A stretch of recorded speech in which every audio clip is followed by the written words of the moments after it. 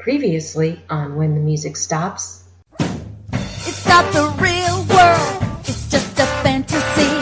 But don't those fantasies bubble pop? Leave you looking for that one someday. Then one someday, the music stops. Nick? Wake up! Nick? You fall asleep in your clothes? Apparently. You drank last night? No. What time is it? Getting late. So get your dupa up and let's go. I want to go to mall. Pick up something. The mall? Yes, I want to buy a present for Magdalena. She helped us when we need it. I think we've done enough. What that mean? She knows. Know what? That Freeman asked us back. That he wanted me to do the aerial act with her. Wasn't supposed to be secret. Now you tell me. How's she take it? She hates me. Why she hate you? Because you leave? Well... What? I kinda let her think we didn't get asked back. So you lie? I didn't lie, I just didn't... Tell truth. I didn't want to hurt her. And how'd that work out? I told you, she hates me. That just means she love you. You coming or what? I don't know, why don't you tell me? You decide everything else for me. Don't be smart ass. So, it really doesn't matter what I want. You're 17. And a half. Too young to... Since when does age matter in the circus? So you coming? Yeah. I wouldn't want you to give Magdalena a hot plate, or something equally lame. What's wrong with hot plate? Leave you looking for that one someday. Then one someday, the music stops.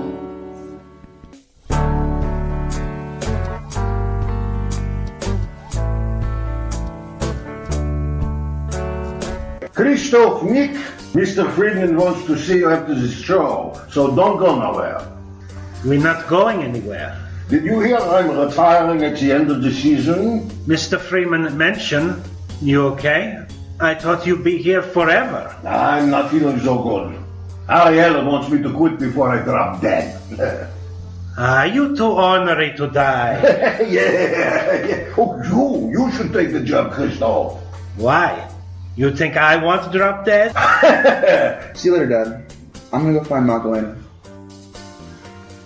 In my mind, we resolved things. But as I wandered toward the curtain entrance, it suddenly occurs to me that Magdalena doesn't know we resolved things. She's probably still furious with me, feeling like I betrayed her, thinking I don't want her.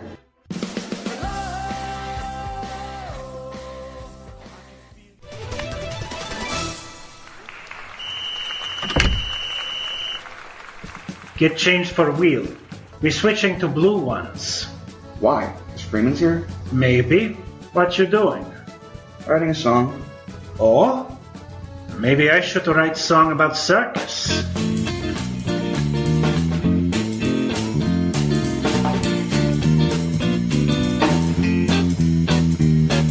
Being human cannonball is like big kick in the ass.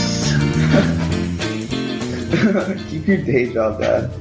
And now, stay tuned for When the Music Stops. It's not the real world, it's just a fantasy.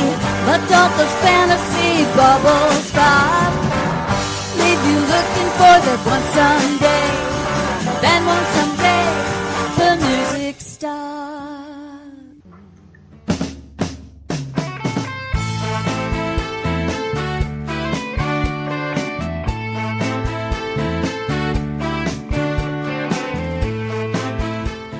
Being a daredevil is second nature to me.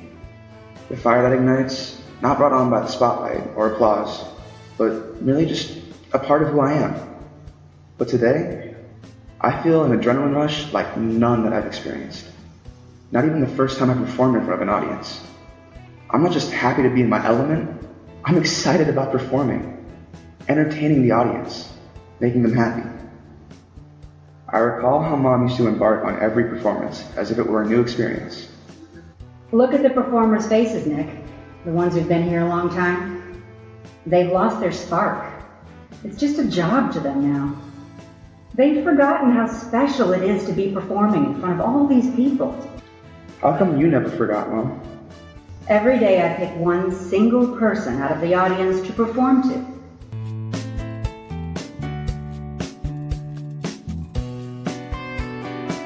I find my single person.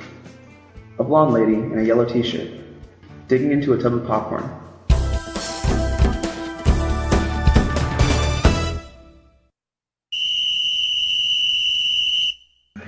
Death-defying daredevil artistry on the double wheel of death. Father-son duo, Krys and Nick Peters.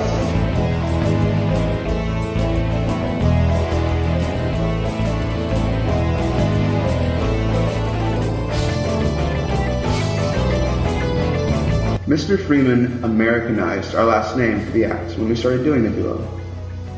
I wasn't crazy about it at first, but over the years, it's grown on me. Dad's response to it? I don't care what they call me as long as they give me paycheck at end of week. I wave at the blonde. She nearly dumps her popcorn. The space frame makes its first few evolutions with Dad and me inside the hooped ends opposite each other, moving in synchronized rhythm to the music. We walk, building into a run. Then, by the fourth rotation, free floating, from side to side.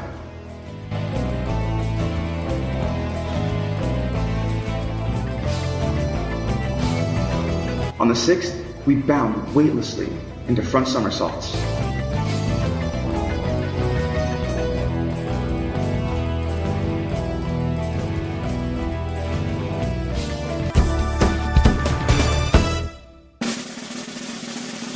The drum roll cues our simultaneous handstands, which is always a crowd pleaser, though a handstand feels as natural as walking, even 40 feet off the ground. High now on my own adrenaline, I flag out my left arm, balancing solely on my right. Wow!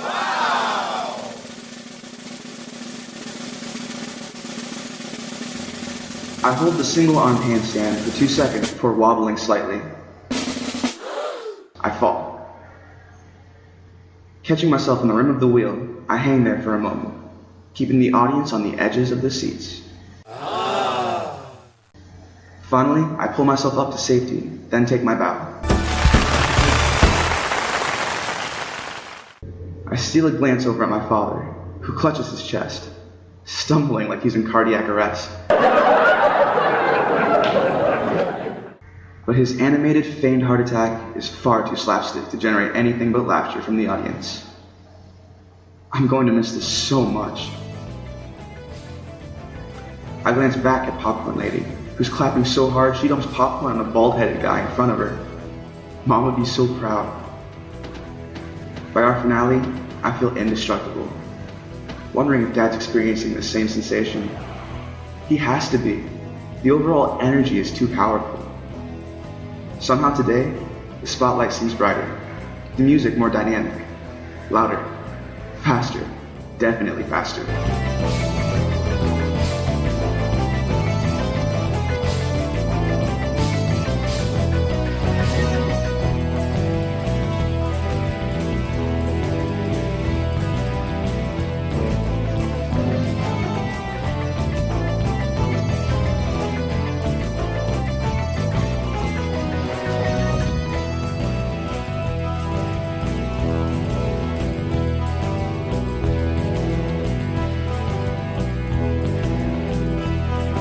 By the end of the act, I'm running around the rotating apparatus so fast that when I dismount, I nearly fly past Stashek as he tries to grab me.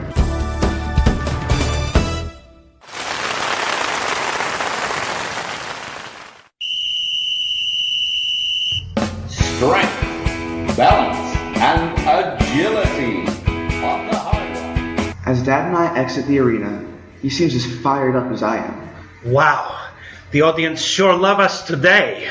Yeah, did you catch Freeman watching? Yeah, he don't even sit in his usual seat. He moved to end track just for us. You know what that mean? What? Dad brushes his fingernails across his chest. We are superstars. You're just figuring that out? Hey, Dad. Yeah? Remember what Mom used to say? The best time to leave is when they still want you? Yeah. We are still leaving, right? Yes. Okay. Just checking. My adrenaline rush diminishes slightly. I guess a part of me was still hoping he'd change his mind. But there's another part of me that's starting to feel excited. A little scared. A lot sad. But excited just the same. I have to go check Cannon. I see you in the dressing room. Okay, Dad. I tear off my wrist cuffs and Velcro them closed, tossing one in the air and catching it.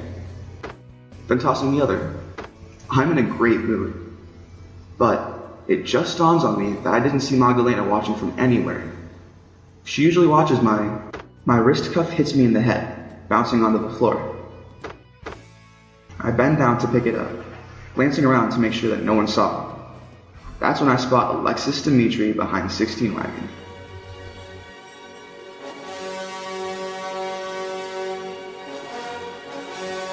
I pick up my cuff, wondering what poor workman or performer he's sucking dry this time.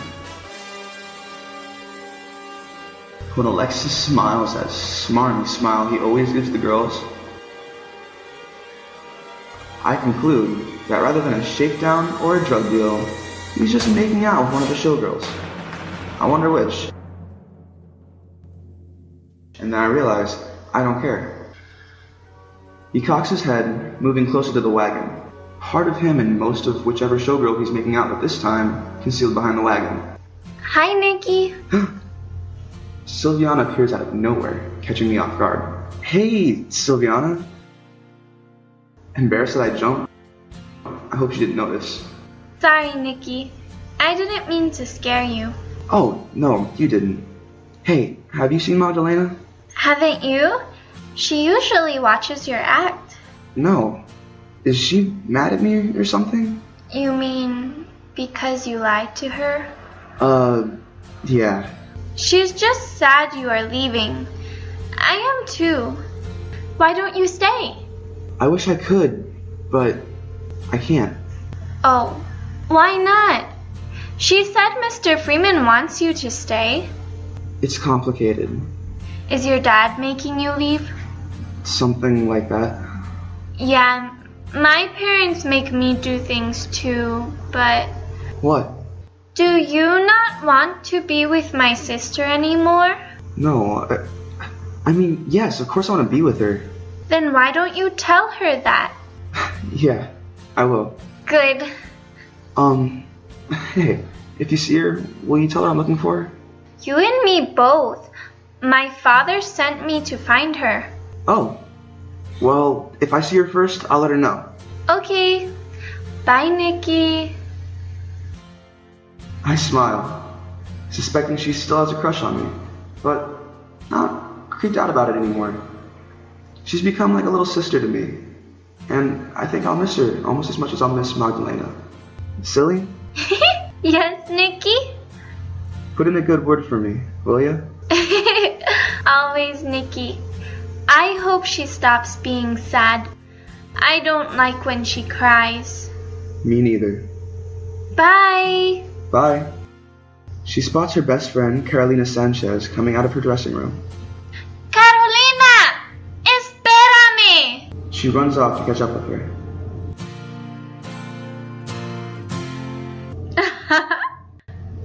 The sound of laughter makes my heart jump, instantly recognizing it as Magdalena's laugh. I glance around, thinking she's playing a trick on me, hiding, which must mean she's forgiven me. Then, as quickly as my heart jumped, it plunges at the sight of her emerging from behind 16 wagon in her fishnets and robe, the one without the belt. The rope stays closed, even as she rests her arms at her sides. Safety pin, probably. Thankfully.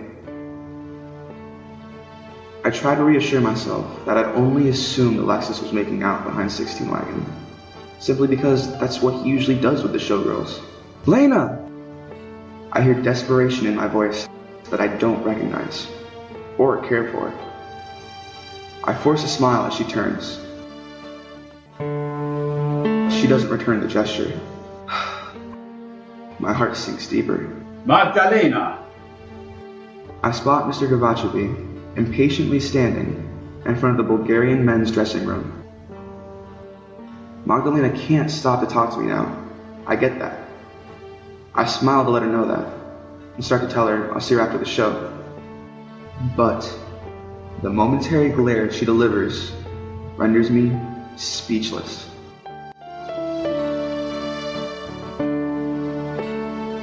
I walk into the dressing room, searching for reprieve from all the noise in my head.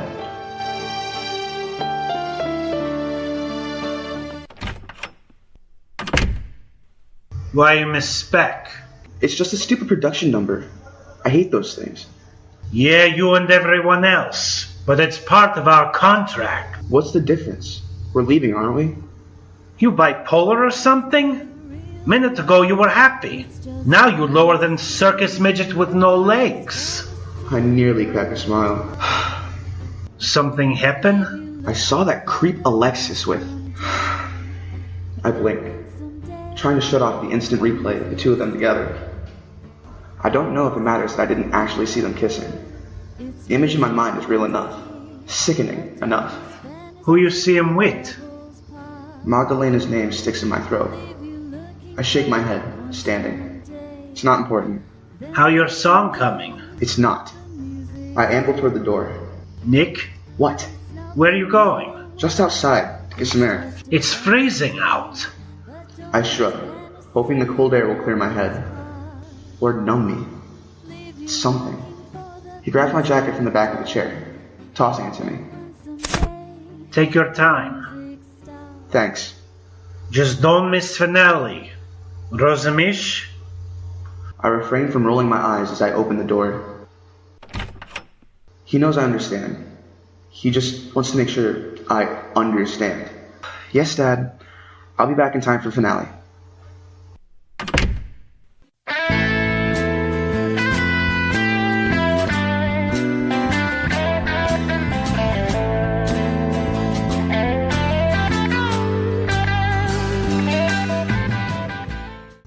Minutes later, I'm sitting outside on top of a prop box with my back to the wind. As I watch the lion cages roll by, I don't feel as impervious to the cold as I did earlier. I can't hear the music from out here, but I'll be able to gauge how much time I have by watching the animals and the floats move in and out.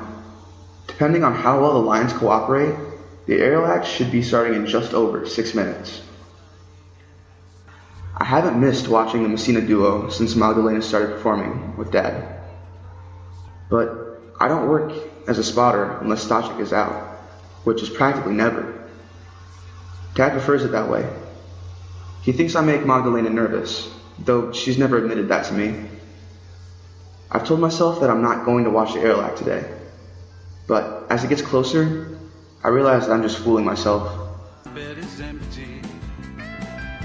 Part of my reluctance to miss is superstition. Like, if I don't watch it, something bad might happen. I never believed in silly circus superstitions until the day I left my boots on the table and Mom died. I pushed the thought out of my head, finding a distraction. Our love is like an asymptote. Unfortunately, the distraction comes in the form of a flashback of Magdalena emerging from behind Sex's 6 wagon. The cold wind slices at my back, making me shiver. The lion act should be ending soon. I want to stay out longer, wait for the lion cages to come back out, but I'm freezing. At least, that's what I tell myself as I head back inside. My observation today, Mom? I've become superstitious. Tonight's episode featured music by Bill Vinhage and The Mannequins, with theme song The Music Stops, performed by Bree Hayes and Joelle Davis, and by FM too. Starring the voices of Luke Konke, Michael Vena, Meghan Strope, Rebecca Roberts, Neil Levine, Alan Marsden, and Dwight Sullivan. We all give up and stop. Our love is like an asymptote, getting closer every day,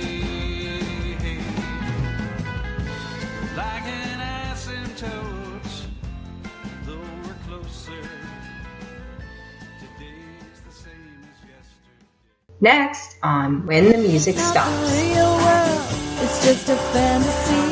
But don't those fantasy bubbles pop? Leave you looking for that one someday. Then one someday, the music stops. In Ring 1, the Messina Duo. I can't leave without letting Magdalena know how much I'll miss her.